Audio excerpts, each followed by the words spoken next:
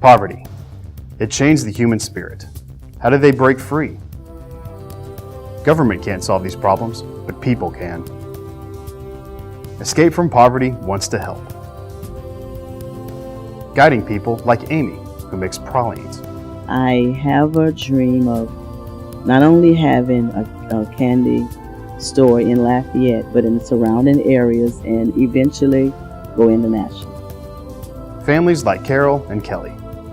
I think I would like to someday become a chorus teacher. One of my dreams is to become a teacher, a basketball coach, and a football coach. Recovering addicts like Greg. It's just amazing about life. You know, life, you never know what the day gonna bring. You never know what the day gonna bring. And, you know, that's some of my goals. Some of my goals, long-term goals, is to help others, be of service to others, and to own my own business. Single moms like Tyra. I would like to eventually own my own business. And what? I don't know. I know I'll be helping people in some sort of way, but I want to eventually work for myself. Anybody can help somebody out of poverty. You can too! The people in these classes are also starring in a reality TV show.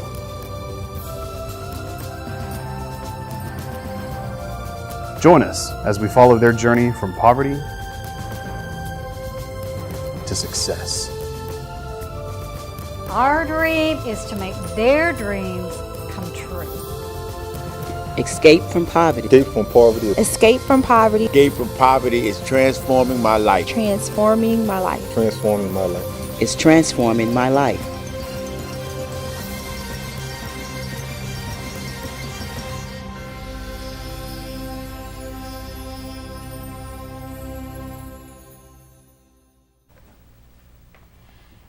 Hello and welcome to Escape from Poverty's Life Skills class.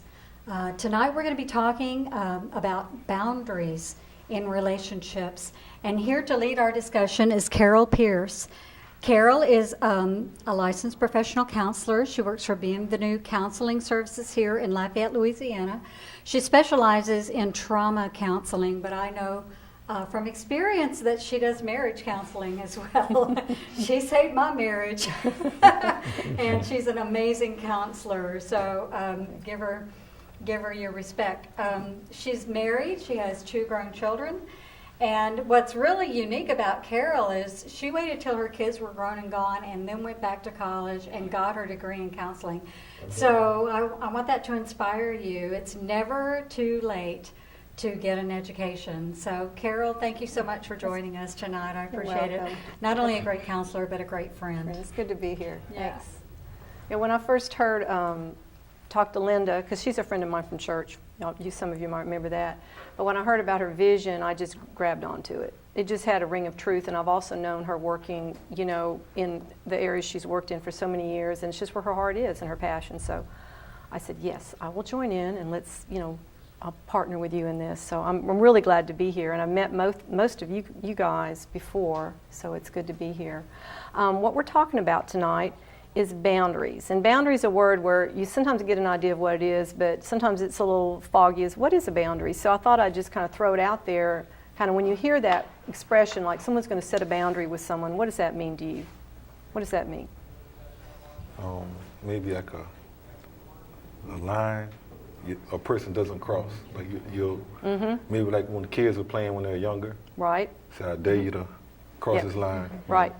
Or I'll throw some Right. rocks at you or something. I don't know. Right. And what do they invariably do when you have that line? They put that little toe right Put the over toe the edge yep. of that line Yep. just to see, you're right, don't they? Yep, oh yeah, oh yeah. When you draw a boundary, a lot of times somebody's going to test it. Yep. They don't like it. They don't like to have a limit. You know, they want to push against that. And kids will do it for sure. And it's almost like if you tell them, okay, you can play everywhere in this, if you take them to a basketball game, play everywhere you want to, but just don't cross the line and go onto the court. You can run in the bleachers, you can go to the refreshment stand, you can go everywhere. But don't cross the line and get onto the basketball court. And what will they do? Cross the line. They will cross the line and get to that basketball court. And that's kind of what happens to a lot of us in our lives, particularly with our, our families, our friends. I'm not saying everyone's always doing it to us, but we also cross people's boundaries. I mean, we step over the line too. And so we want to talk about that tonight because boundaries are important going forward in learning to, responsibility, learning commitments, and having people respect you and respect what you're about now. People a lot of times want to keep you back where you were. They're not so happy. It's kind of a weird dynamic because our friends and family want to be excited for us sometimes, but sometimes it's like, oh, you're leaving us, or oh, you're better than us, or oh, you're, and so sometimes they want to pull you back in. And so boundaries is about knowing how to do that without hurting people, but allowing yourself to move forward with where y'all are going right now.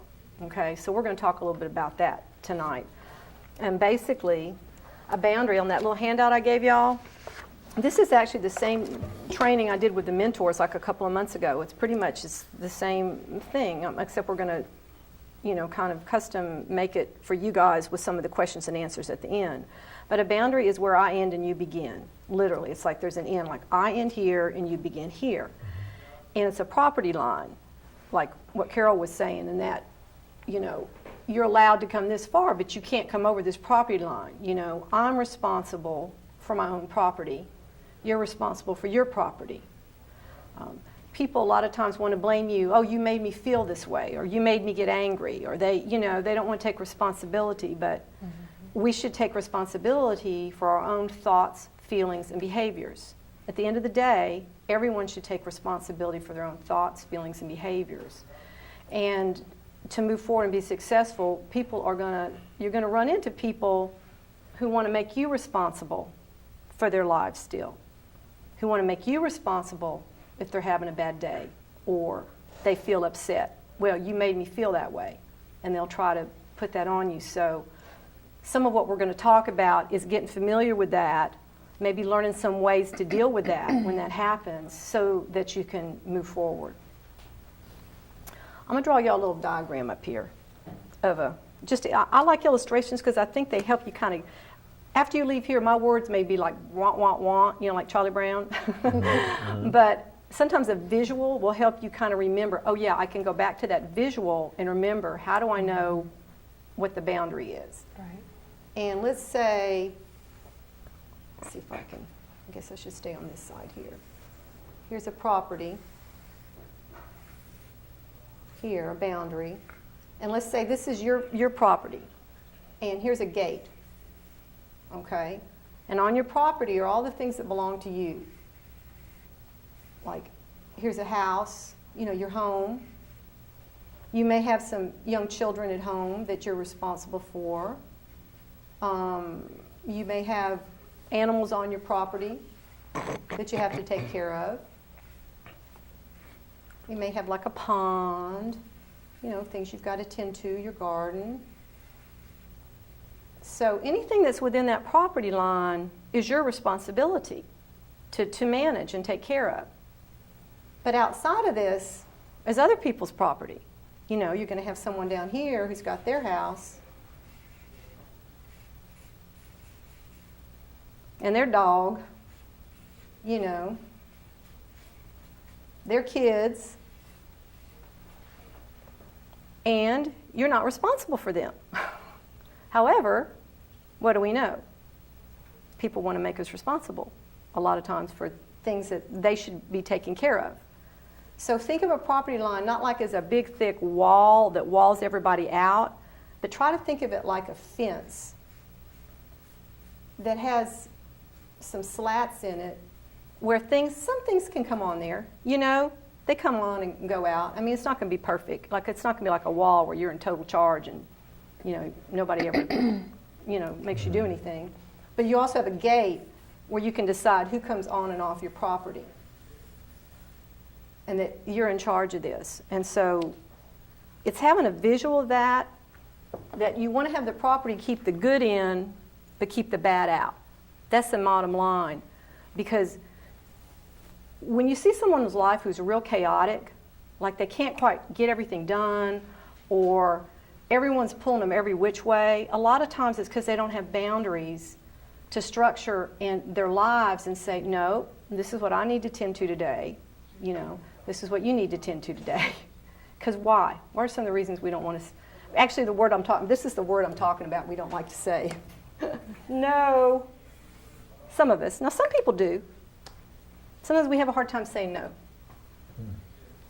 Who are some of the people in our lives we have a hard time saying no to? The ones that know us best. Yep. The ones that know us best. The kids. So what you'll find is that it's easy to set boundaries with certain people. That's not a problem. You know,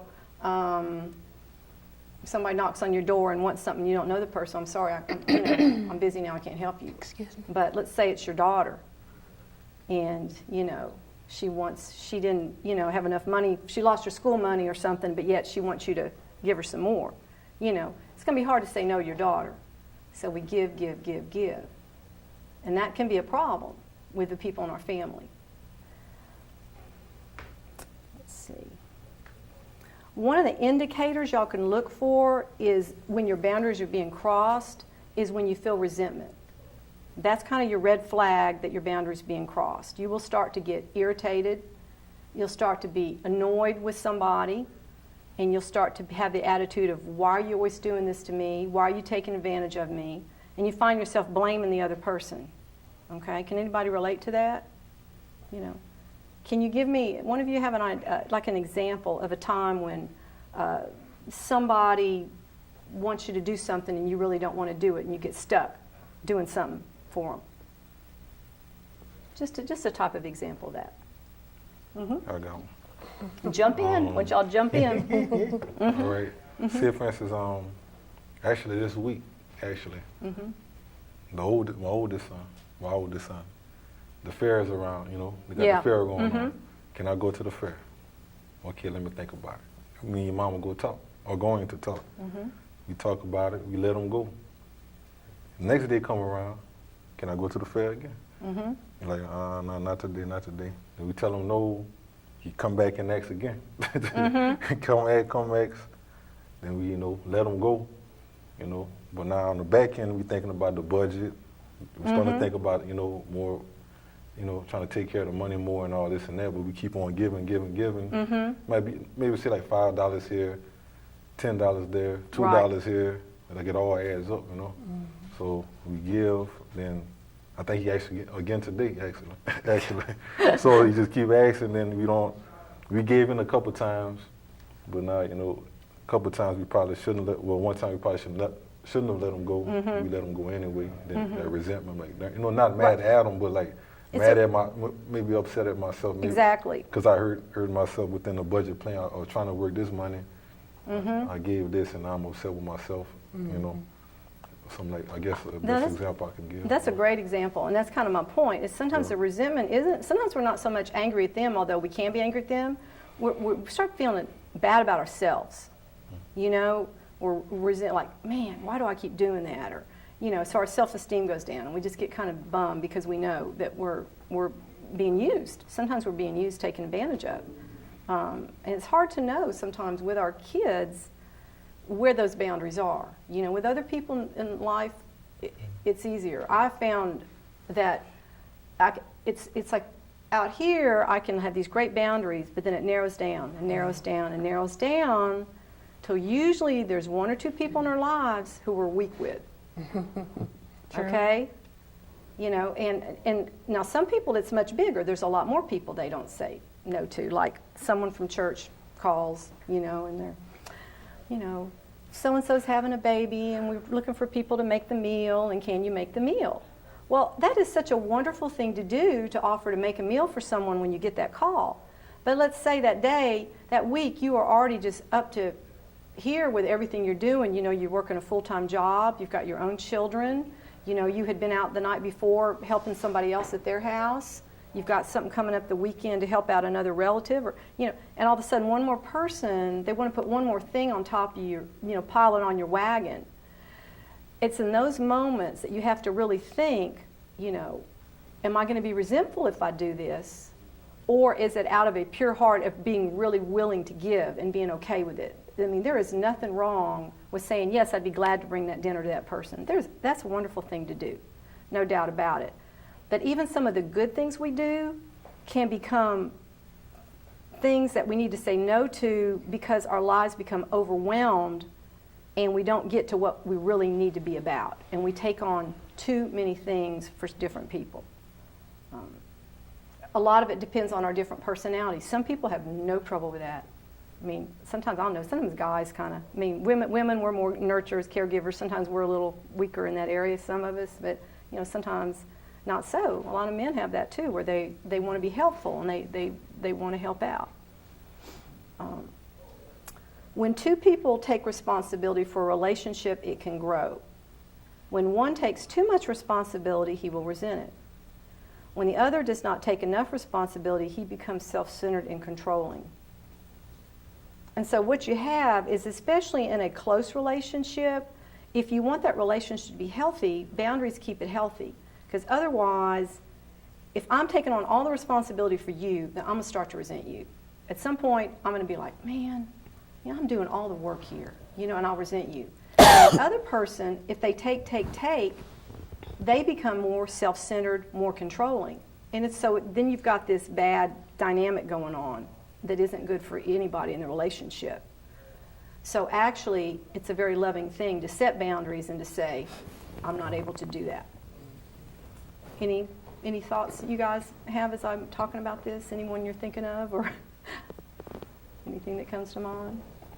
Okay, we'll get to some examples at the end. I'm gonna get some out of y'all because we got to get some. The word no is the most boundary-setting word there is, and some people have trouble saying it. Some people have a real hard time saying no. What are some of the reasons you might not want to tell, like one of your relatives, no to something? What are you afraid of? We might need them one day. We might need a favor from them. Exactly. That's very good. Mm-hmm. You might have a need. If I'm not there for them, they may not be there for me. Mm-hmm. Right. Mm-hmm. What else? What are some other reasons why we kind of don't like to say no? Maybe what to add on to what he said, Greg said, they might say no, but also some people like to go against a person for saying no, you know. So, okay, I'll get you next time. You will want something next time. So, and also feelings, you know. You don't want to hurt your person's feelings or something. That's another reason. Not wanting to hurt someone. Yep. You don't want to hurt them. Yep. So we hate to say no. Yep. Might hurt them. Yep. It might be tight. When it might be tight, might not feel right. That's right. I like it. That's it. Give it to them. You might get in a hole. Give it to them. You know. Yeah. And you got to consider those things. I mean, you do need to consider that the people who are seeding into your life, you want to seed back into theirs. That's mutual. You see that? That's more than someone who's just taken. You know, that's what you have. The discernment comes in where it's not a black and white thing. And that's why we have so much trouble in this area, because it is a gray area. It's not always black and white. But the people that it's mutual, that's no problem. If I know you've got my back and you're coming through for me tomorrow, hello, when you call me, I am there, right? That's good. That's a good thing to do. But the ones where you get that feeling, y'all, in your gut, and you're like, oh no, you know, like here we go again. I'm drained from this, you know. I'm being taken advantage of. That sense that you're being used or taken advantage of. Or it's just maybe not even being used. Sometimes it's just not in your best interest for where you're going in your life right then. And you've got to protect your property line. Not that it's a bad thing, but you've just got to take care of this because this is your priority.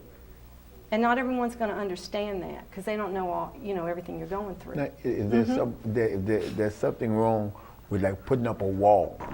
Just put up a wall and just separate that person out your life. Then, just get rid of them because they might have try to take it, you probably they disrespect you or they try to take advantage of the situation, and if you just and they still think that they can still come in and manipulate the situation, and they might call you and ask you a question. You say no, and if you tell them no enough, they might stop calling. You know, yeah. Which sometimes that's a good thing. I don't want to be ugly with them. But- I just don't want to be ugly with them, but I just tell them, no, I can't do it. No, I can't do it. You know, and eventually they'll catch on. They catch, people catch on, I think it's, all the mistakes I made as a, mom, when the kids are tugging on you, kind of like you're talking about, can I have this, can I have that? And then they finally wear you down, and then you give in, and then what does that do? Reinforces that if I whine long enough, Right. mom's going to give in, and then you've created this other problem. So really, I think Linda and I were talking, and it's kind of like let your yes be yes, and let your no be no. And when people get that, they kind of eventually get in line with that. That's the truth. They do. They kind of get in line with it. And I'm not a big proponent of cutting people out of your life. Like that is something I'm not a big believer in. They crossed me, or you've got a flaw, or you made me mad, so my solution is just I'm going to get you out of my life. I don't believe in the walls. I believe we're all needy, broken, flawed people who are going to mess up. Okay. And you keep those people in your life. I hope they keep me in their lives, because that's who I am, you know. So it's not about getting rid of people and cutting them out at all. Occasionally, there may be a situation where you need to do that, but that's, to me, is the exception to the rule. Instead, what you need to do is learn how to discern what your property is and how to take care of it and get their respect. And then you've got mutual respect going versus resentment, control, feeling used and all that, where eventually you don't want to help them at all because you're so mad at them, or vice versa, okay? We fear hurting someone's feelings. A lot of times we fear their anger. We're afraid they're going to get mad at us. We don't want someone to get mad at us. Sometimes with your close relationships, there's a fear of losing that relationship. Like you're not cutting them out, they're going to cut you out. If I tell them no, they won't love me. They won't, they won't want to be with me. They'll reject me. So we keep giving and giving and giving. So sometimes it's really seriously the fear of losing that relationship, where we just kind of get involved in that dance where we give too much. Another one is, as Christians, we want to be selfless, and so it feels kind of bad sometimes to say no. We feel, I'm not really being Christ-like. I'm supposed to be sacrificial. Do y'all get that? But in a few minutes, we're gonna look at some scriptures about Jesus and how he operated in those scenarios. So let your yes be yes and let your no be no. You need to be clear on your role and your limitations. Communication is key. And remember that setting limits is about being honest and telling the truth. It's about being an authentic, truthful person. It's not about being mean or bad or something. It's just about being honest about where you're at and hoping other people will respect that. Relating with integrity, real connections and trust can be built in your relationships. People can trust you if they know you're real instead of, playing along. So if y'all want to turn to that next section. Let's see. Maybe I'll do one more little illustration in a second. Okay.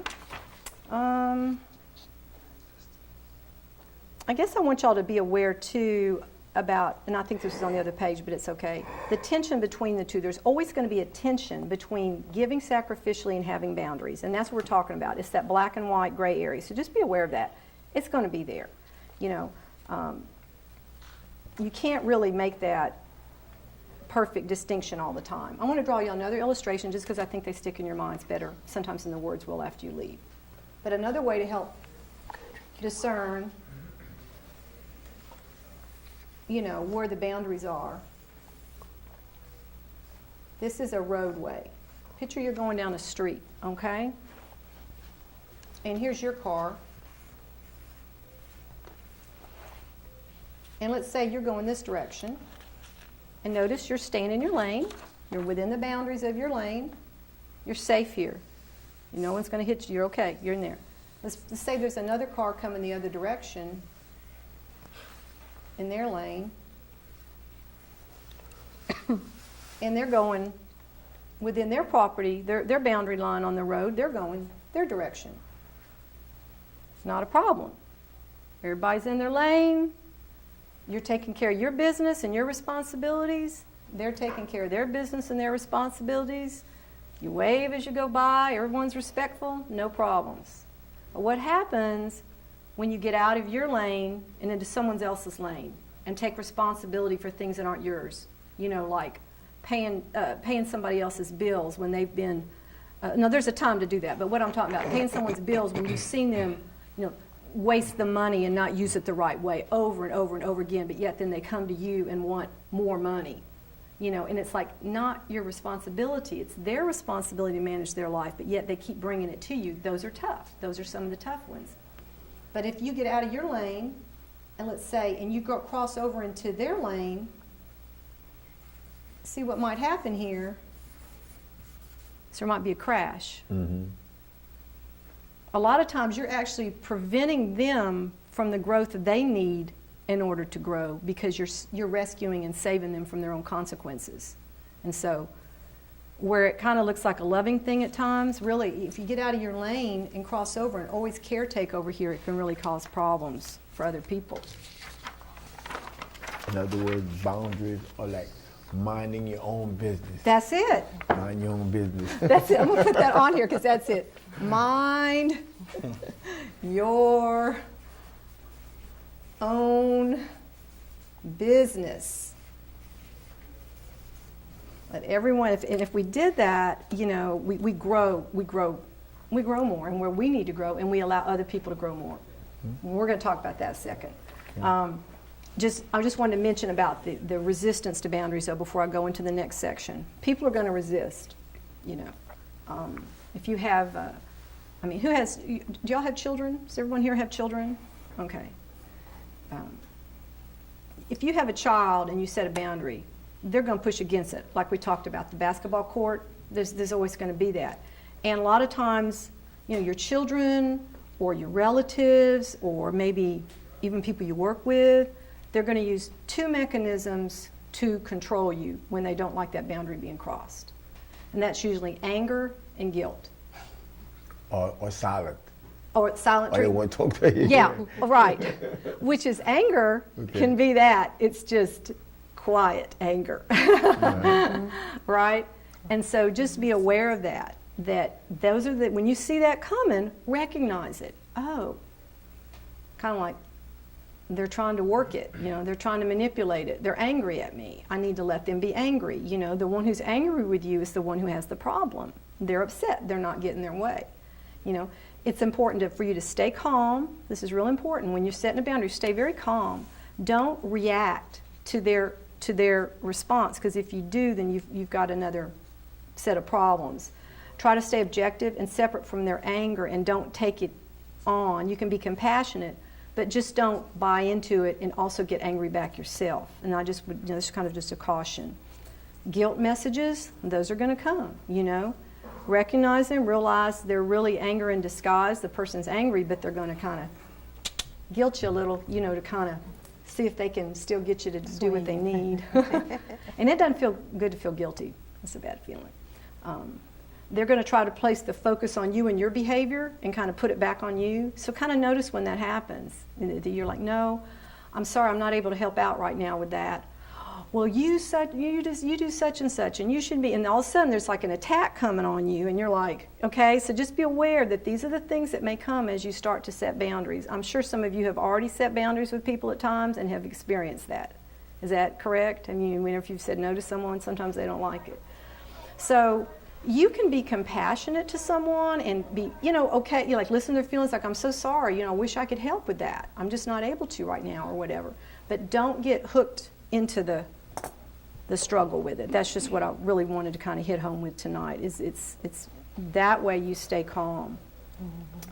You know, don't take on that blame. Don't take on that blame. You are entitled, like that property line, to have, you know, order in your life and not have a life of chaos because other people are just pulling you every which way. Okay, and a lot of times it's not a lot of people. It's usually one or two.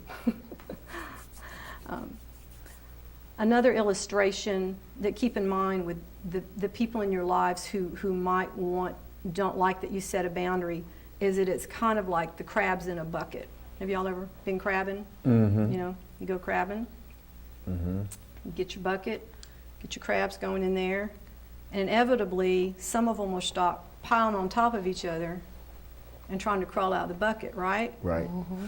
And one's almost to the lip of the bucket, about to get out to freedom, and what do the other crabs do? Put him down. Back in the bucket.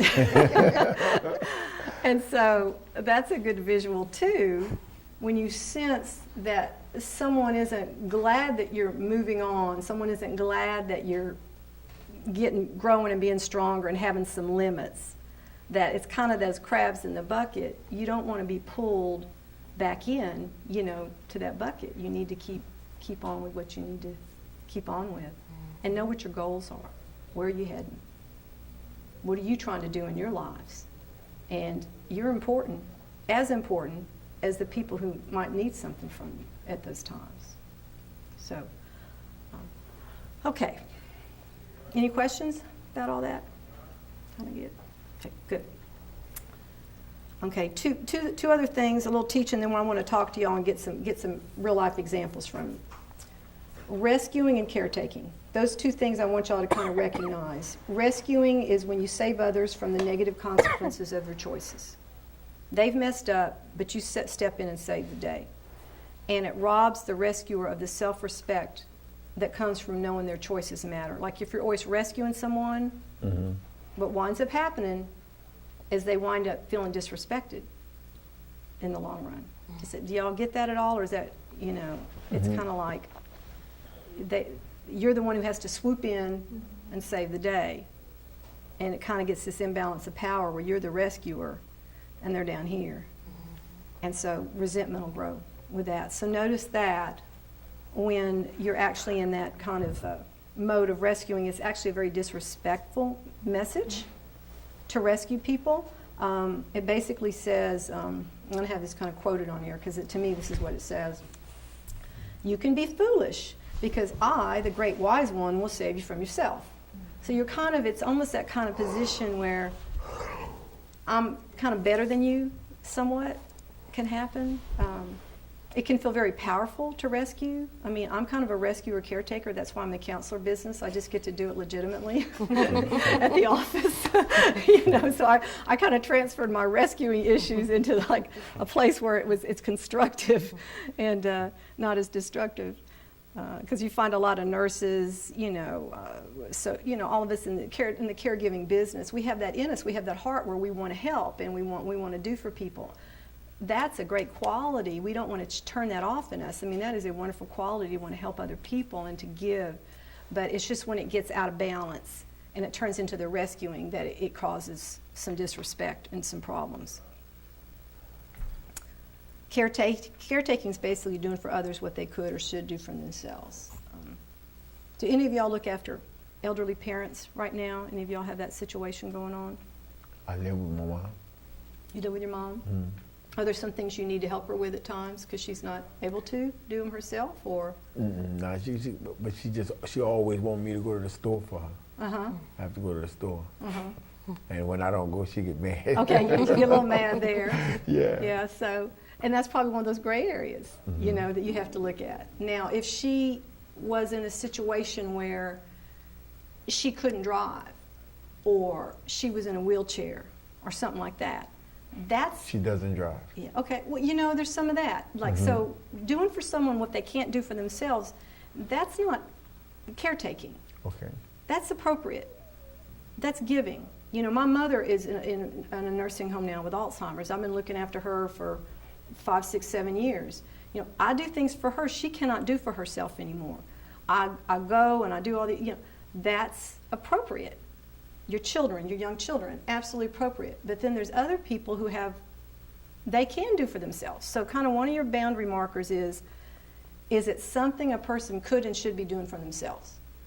And am I stepping in and doing that for them when they should be doing that for themselves?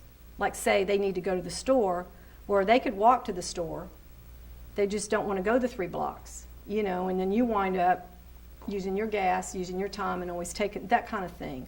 Don't do for someone what they can and should do for themselves. And that's kind of your little marker there to know, one of your little red flags, like, is that something they could and should be able to do? But like maybe with your mom, she doesn't drive, so she's probably going to want you to go to the store for her. That's probably okay. Okay. Okay, and then y'all can flip the page. I'll show you another little diagram, and then we'll read a couple scriptures. This is just a little triangle that we learned about in school. It's one of those things out of a textbook, but it really is true. It's called the Cartman Drama Triangle. It's just the name some guy gave it. But basically what happens is you rescue, and then the person gets angry, you get angry, and then you're victim. You know, if you rescue someone and they don't appreciate you, right? That'll happen a lot of times. You do something for someone, they don't even appreciate it. They just take. And then you get angry. Gosh, they do not appreciate what I'm doing. I'm doing all this for them, and they are not appreciating me. And then what do you go into? Then you go into victim mode. And then you go right back to doing it again, and you're angry again, and you're victim again. So kind of be aware of that's another sign that you're caught in that loop of being over involved in their lives. Okay, scriptures. We're going to talk a minute about Jesus and control. Jesus didn't control people, if you think about it. He let people be responsible for their own decisions, their own choices, their own lives. He let them decide things. He had his own boundaries. He didn't let people cross his boundaries either. He had limits. When he did give, he chose it. He chose, I want to give. Nobody forced him to do anything, if you think about it. Tyra, would you read Mark 10, 17 to 22, the story of the rich young ruler? Yes. It says, when they were back home, the disciples brought it up again. Jesus gave it to him straight. A man who divorces, is that right? Mark 10. Mark 10. Oops. She's on her phone. We're Sorry. going to get it, though. That's okay. 17, not 10. Yeah, Mark chapter 10, As he, verse 17. okay. To enter God's kingdom. 17 to 22. It's about the rich young ruler. Got that one? Okay. Okay. As he went out into the street, a man came running up, greeted him and with great reverence, and asked, "Good teacher, what must I do to get eternal life?" Jesus said, "Why are you calling me good? No one is good, only God. You know the commandments. Do not murder, do not commit adultery, don't steal, don't lie, don't cheat. Honor your father and mother." He said, "Teacher, I have kept from my youth, kept them all." Jesus looked him hard in the eye and loved him. He said, "There is one thing left. Go sell whatever you own and give it to the poor. All your wealth will be heavenly wealth, and come follow me." Then the man's face clouded over. This was the last thing he expected to hear.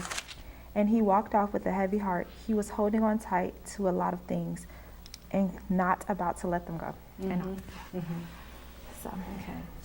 So in that case, Tyra, was Jesus controlling that man? No. He let him make his own decision.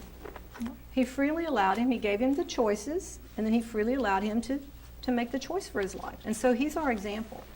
He's our example that you can have your own self-respect, your own purpose. Jesus knew his purpose and what he was about. And as you guys are growing in this program and getting traction and really getting ahead here, you've got to remember what your purpose is and what you're about, and let that be as big a priority as all these other things that maybe sometimes pull you in those different directions that keep you from going forward. That, Jesus allowed people to choose. He didn't try to control them. Kelly, you want to read Matthew 16:15? Yes. Excuse me. "But what about you?" he asked. "Who do you say I am?" So he let people come. He didn't try to just browbeat them and say, this is who I am, and you better believe in me, and you better, he didn't do that. He was like this. Just picture kind of open. Who do you say that I am? He allowed them. He showed them himself, who he was, and then he allowed them. So he didn't control his closest companions, even the people closest to him. See, Carol, can you read John 13, 3-5, please? Okay. Jesus knew that the Father had put all things under his power, and that he had come from God and was returning from God.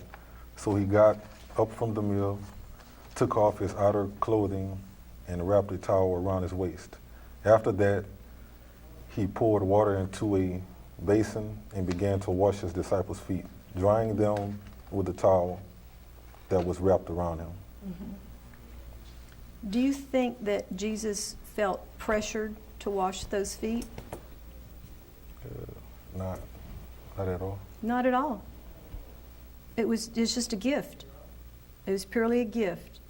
And that's good. That's a good thing. We want to give freely out of our heart to the things that we're supposed to be giving to. And when someone has a need, or someone needs something, or calls, we want it to be out of that good heart of freely giving, and not out of that resentful heart of I'm being forced into something I don't want to do. And once again, I'm losing part of my life being forced into something. And that's a really good example. Amy, could you read Matthew 16:21, please? From that time on, Jesus began to explain to his disciples that he must go to Jerusalem and suffer many things at the hands of the elders, chief priests, and the teachers of the law, and that he must be killed and on the third day be raised to life. So even at death, even at the end, he consented to the circumstances of his death. He told people what was going, where he was going. He consented and went. It was his choice. He had a lot of choice and a lot of freedom in what he knew what his purpose was. And I don't think, Greg, I think I gave you one, did I? Okay, so we're good. I think that's good.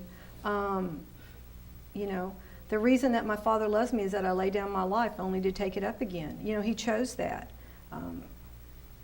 As far as his identity, again, he knew clearly who he was. He knew what his purpose was, and he was going forward with that at all times. So if you think about it, if you look at some of these scriptures, and I would ask y'all after you leave, even with these little handouts, just to kind of meditate on some of these scriptures, just to kind of remember and encourage you that I'm to choose what I want in my life. I'm to create what I want in my life, and not let it just be drained away by things that just detract me from going where I want to go. And Jesus was an example of that. He gave extensively of himself in genuine love in his lifetime, but it can't be said that he ever lost or gave up his sense of self. Like, he always knew who he was and what he was about. And that's why boundaries are important, because in boundaries, when we don't have them, we lose part of ourselves. We lose our sense of self. It gets fuzzy, and everyone just gets a piece of me. So I think that's a real good example for y'all to remember before, that he never gave up his sense of self and who he was. He knew. Okay.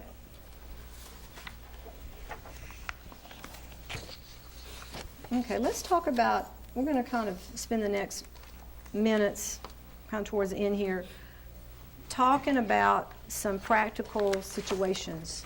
And they can be something that you've really experienced in your life, or they can just be something that comes to mind you've known in somebody else's life, of a scenario like, how do I set a boundary with this situation? Like, this is it's a hard one, or what do I do here? So I thought I'd just throw that out and see if you guys can come up with a couple scenarios that we can talk about that you might struggle with or think of.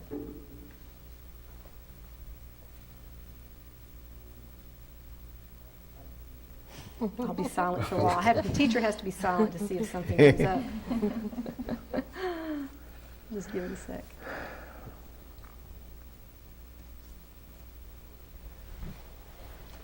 I'll say something. Okay.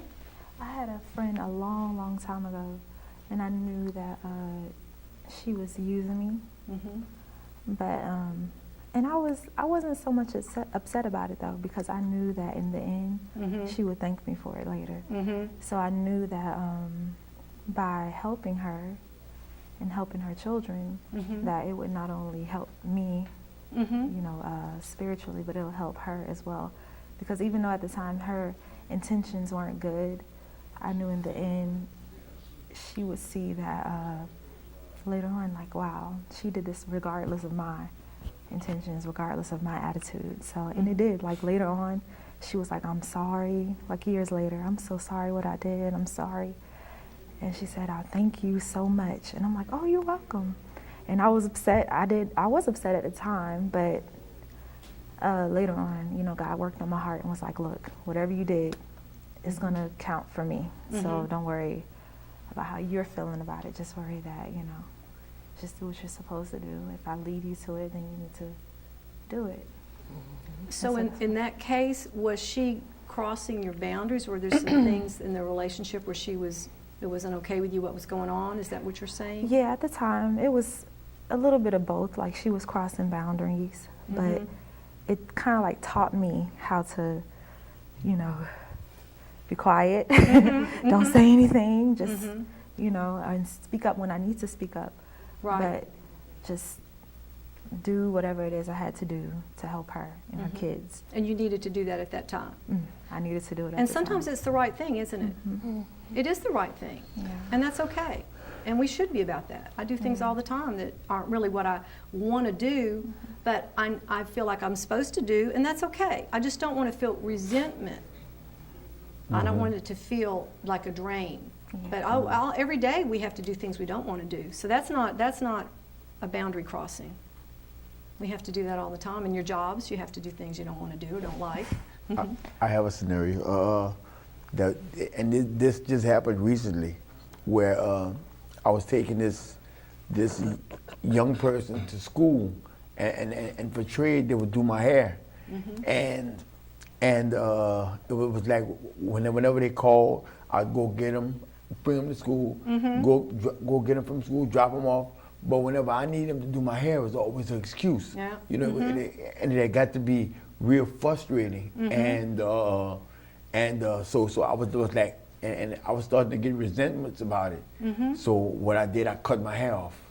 I cut my hair. So, you know, I was getting resentful about it. You know, and I said, man, I can't continue to get frustrated about something that I can't control. You know, but I also felt used. I felt like they was using me. Right. And so I didn't want to stay in the problem any longer. So I decided to cut my hair off. You solved that. I solved that problem. And so did the other person stop coming to you for what they needed? I cut them off. It just kind of cut off. Like, in other words, I don't need you to do my hair, and I'm not going to be able to give you rides anymore. You don't call me, I don't call you. Yeah. Sometimes that has to happen. Hope we don't have to all cut our hair for that to happen. But it looks fine. So. Okay, and that's like good story. Yeah, that's a good one. You know, I think of you guys too. I wonder about like giving rides to people, people you know that don't have vehicles, or you know they need a ride here, they need a ride there, and so then you're using your money for the gasoline. I don't know if any of y'all ever run into that. People wanting to take advantage of that situation. Yeah. So how do you handle that? Kelly, how do you handle that, son, when that comes up? Well, I know how somebody else would handle it, and I think it would be a good idea. Okay, what's a good way? Have one of your kids ride in the back seat and say, gas money. Gas money, gas money. Yeah. That happened. That happened to somebody that I knew. They rode with someone, and of course, the person knew, you know, they were obligated to contributing towards the gas. Right. But before they could give a chance to, you know, to give something on the gas. The child get your children in gas money. Or, you know, ahead of time, before the car starts. You know, we need them. Communication is really the key. Expressing what you need and require in something is a boundary. I'm going to throw out a couple things to y'all, and then we'll wrap up. But in these kind of situations, like if someone wants something, you can take your time sometimes. You can say, let me think about that. I'm not sure I'll be able to do that right now. Sometimes you might need a little time or a little space to consider whether you want to say yes or no to a situation, whether you need to set a boundary. A good one, and especially with what you guys are doing this program now, and this one, you know, some people don't like this, but let me check my calendar. Hello, y'all, your lives are getting busier, you have commitments, you want to stay with your commitments. tonight was a perfect example. I've got a wedding shower going on about 3 blocks up the street, actually, and it's for someone, and when they found out I wasn't going to be able to get there right at the beginning, they're like, oh no, we really want, you know, people to be there and honor, and I'm like, this is my commitment. I'm teaching this class, but I will come at the very end and show up after we leave here. I'll go to the shower. That's an example of keeping your commitments and getting your priorities right. This was my first priority. That's my second priority in this situation. Now, if it had been like a very close, like my niece or something, I mean, we might have a different situation, but you know, you have to look at your priorities. I'm sorry, I already have a commitment on that day. I'm not able to help you. Sometimes having phrases memorized ahead of time that you can just say is very helpful. Just, I'm sorry, I'm not able to help at this time. I already have something going on. And another thing is you can sometimes give people a heads up. Like sometimes let them know ahead of time. You know, I used to be able to do that for you, but I got to let you know now that I'm in this class, now that I've got this, I'm helping this friend with babysitting, or now that I'm in school, I'm not going to be able to take you to the store every Monday night or whatever it is. You know, I'm not going to be able to do that. Sometimes giving people a heads up can be good, because then you're being respectful to them and they're not feeling like you're just pulling the rug out for them, under them. You're giving them a little preparation. It's not all or nothing. Mainly in this stuff, what it is, it's not like you're going to all of a sudden want to set boundaries and wall everybody off, but whereas most of the time you were just saying yes, yes, yes to everyone and everything, now you're just saying no more. You're getting more structure, you're respecting your own property, and you're starting to have less chaos and kind of distraction in your life. Okay. And you're getting a little more order about what you're about and what you need to follow through with. And that's kind of the gist of boundaries. It's never to hurt someone. You can still be givers, but you need to take care of yourself and your families and move forward with what you need and not let everything else drain you. And that's pretty much it. So I appreciate teaching this evening. I'm very excited about what y'all are doing. I know you're going to be successful. This is just wonderful. And just take whatever sticks and just let whatever doesn't stick tonight fall away. Okay, so thank y'all. Thank you. Okay, you're welcome. Yeah. Okay. I want to share a couple of things that have gone through my mind while Carol was talking.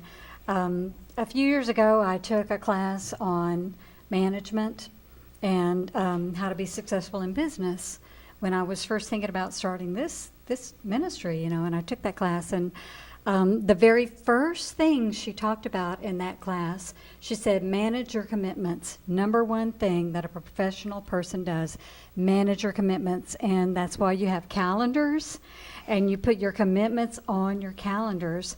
And then when anybody asks you to do anything, you look at your calendar first. You don't say yes to anybody about anything until you say, let me look at my calendar. And I'll get right back with you. And that gives you just some breathing room to be able to go and think, okay, there are some things that you do that you don't always put on your calendar, you know, but you really have time to come away then and evaluate your life and to get back with them with a firm yes, I can do it. And remember what we said, Bible says, let your yes be yes and let your no be no. It's a matter of integrity. The definition of integrity means that you do what you said you were going to do when you said you were going to do it. That is the definition of integrity. And we're told to be people of truth, people of honesty. We want to be righteous people like Jesus, and that is a matter of integrity. Another thing that went through my mind when Carol was talking, I had a dear friend in Dallas years ago when our kids were little, and I had no family in town, but she had family in town. Her mom and her sisters lived like a few blocks from her, and so they were always in and out of each other's lives, and there were so many times when we had said, let's get together for lunch, or let's get together for coffee, or let's get together and let the kids play, or whatever. And it seemed like her daughter would, Mom, I need to go shopping for a purse. And then she would call me, oh, well, you know, families first. You know, and we all know families first, yeah. But her daughter wasn't having an emergency, it wasn't a crisis, you know. There are boundaries that you have to set even on your family. And finally, when that happened the umpteenth time, I finally had to say, you know, this friendship is really difficult for me because I never know if you're going to really do anything you said you're going to do, and it's causing me to lose respect for you. So we need to think about whether we want to be friends. You know, I really like you a lot, but, you know, I can't handle this lack of dependability, you know. And she, you know, I said, well, think about it and we'll talk later. And she called me back about a week later and was very apologetic. And we are best friends to this day. I mean, and I've been here in Lafayette for 15 years. When my son got married last year, she was here from Dallas for a week to help me do the wedding. I mean, we became that close, but it started with communication, and our friendship was strong enough to handle the setting of a boundary. And that's important because you want to have people in your life who you can respect, and you want to have people in your life who will respect you. That's so important to have those kind of strong relationships. So setting boundaries can sometimes make a relation stronger. That's right. It certainly did for me. Help it survive and, Yeah. and prosper. Yeah, Mm-hmm. it certainly did. So thanks, Okay, Carol. Thanks. Great Thank being you here. guys Thank you, for guys. coming. Enjoyed it very much. And we're going to take a break in just a moment. Thank you for joining us here at Escape from Poverty Life Skills class. Thank you very much.